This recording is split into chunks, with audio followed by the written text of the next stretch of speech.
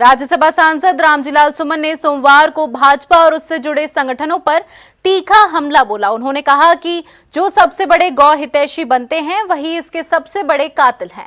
कहा कि भाजपा सरकार में गौमांस का निर्यात तेजी से बढ़ा है, सरकार इसको लगातार प्रोत्साहित कर रही है। उन्होंने इसके लिए भाजपा और उससे जुड़े संगठनों को जिम्मेदार ठहराया। राज्यसभा सांसद रामजीलाल सुमन ने सोमवार को भाजपा और उससे जुड़े संगठनों पर तीखा हमला बोला।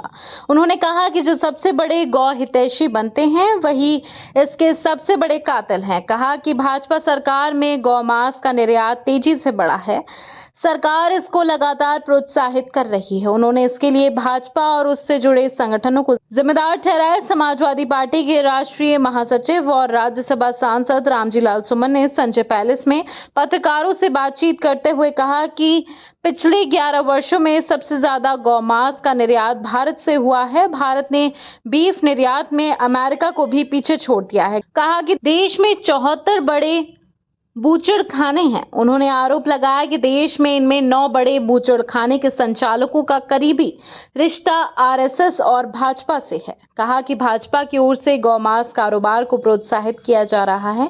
उन्होंने भाजपा सरकार और उससे जुड़े एक बड़े संगठन को गायों का कातिल बताया। सुमन ने कहा कि प्रदेश के यशस्वी मुख्यमंत्री हर दिन गौपालन और गौमाता का राग अलापते हैं, जबकि गौमांस के व्यापार में अच्छी खासी भागीदारी उत्तर प्रदेश की है। सपा सांसद ने कहा कि विगत 11 वर्षों में जितना बीफ व्यापार फला फूला है उतना कभी नहीं हुआ। इस व्यापार में भारत अमेरिका को भी पीछे छोड़ दूसरे स्थान पर पहुंच गया है। उन्होंने आरोप लगाया कि वर्तमान सरकार की नीतियों के कारण ही बीफ व्यापार को प्रोत्साहन मिल रहा है। भारत सरकार के खाद्य प्रसंस्करण मंत्रालय द्वारा इस व्यवसाय को विशेष अनुदान दिया जा रहा है। योगी मोदी का गौ प्रेम महज दिखावा। बीफ के व्यापार के मामले में ब्राजील नंबर 1 है, हम नंबर 2 हैं और अमेरिका नंबर 3 है। तो ये बहुत ही महत्वपूर्ण मामला है। और सबसे बड़ी बात यह है कि हमारे देश में 74 बूचड़खाने हैं, जिसमें सबसे बड़े बूचड़खाने हैं 9। भले ही नाम उनके मुस्लिम हो, लेकिन सबके संचालक हिंदू हैं, जिनका बहुत करीबी रिश्ता आरएसएस और बीजेपी से है। सरकार कुछ भी कहती रहे, लेकिन सबसे महत्वपूर्ण सवाल यह है कि इस गाय के काटने के व्यापार को सरकार और ज्यादा प्रोत्साहित कर रही है। भारत का जो खाद्य प्रसंस्करण मंत्रालय है उस व्यापार को प्रोत्साहित करने में लगा है और इसके लिए विशेष अनुदान की व्यवस्था की गई है। उत्तर प्रदेश में भी तमाम बूचड़खाने हैं जिनका संचालन हिंदू लोग ही करते हैं। सबसे महत्वपूर्ण बात यह है कि 2014 के चुनाव के बाद इलेक्शन कमीशन ने जो रिपोर्ट जारी की उसमें कहा कि 250 करोड़ रुपया भारतीय जनता पार्टी ने जो गाय के मांस का निर्यात करने वाली कंपनियां हैं उनसे 250 करोड़ रुपया चंदा लिया है। सपा सांसद ने कहा कि उत्तर प्रदेश में आवारा पशुओं को रखने के लिए गौशाला केंद्र बनाए गए हैं।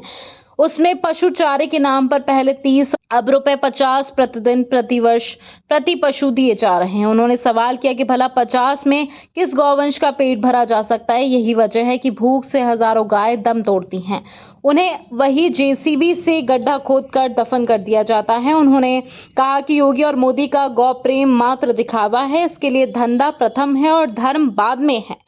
भली बात फल फूल रहा है और अमेरिका का जो कृषि मंत्रालय है उसने ये संभावना व्यक्त की है कि 2024 में भारत से जो गौ मांस का निर्यात हुआ है 2025 में संभावना और ज्यादा है गौ मांस के निर्यात की। तो गाय के नाम पर ही लोग पाखंड कर रहे हैं। ये मोदी की सरकार, ये योगी की सरकार दोनों गाय के गोश्त का व्यापार बड़े पैमाने पर कर रही है। जज्बात का धार्मिक जो जज्बात का सवाल उन्होंने जोड़ दिया है वो निश्चित रूप से एक पाखंड है। एक सबरवाल हैं जो एक कंपनी के संचालक हैं। सबरवाल से जब पूछा गया कि भाई आपके गाय के गोश्त का जो निर्यात कर रहे हैं ये धार्मिक दृष्टि से तो ठीक नहीं, आप हिंदू होने का हिंदू क्या होता है, व्यापार पहले और धर्म बाद में है। तो कुल मिलाकर ये बहुत महत्वपूर्ण मामला है। पूरे समाज में एक मनोवैज्ञानिक असर जो डाल रखा है बीजेपी के लोगों ने, आरएसएस के लोगों ने, योगी और मोदी की सरकार ने कि हम तो बहुत गाय प्रिय हैं, ये भ्रम जनता से दूर हो जाना चाहिए। और सबसे बड़ी बात तो मैं कह रहा हूँ गाय के सबसे बड़े कातिल ये हैं।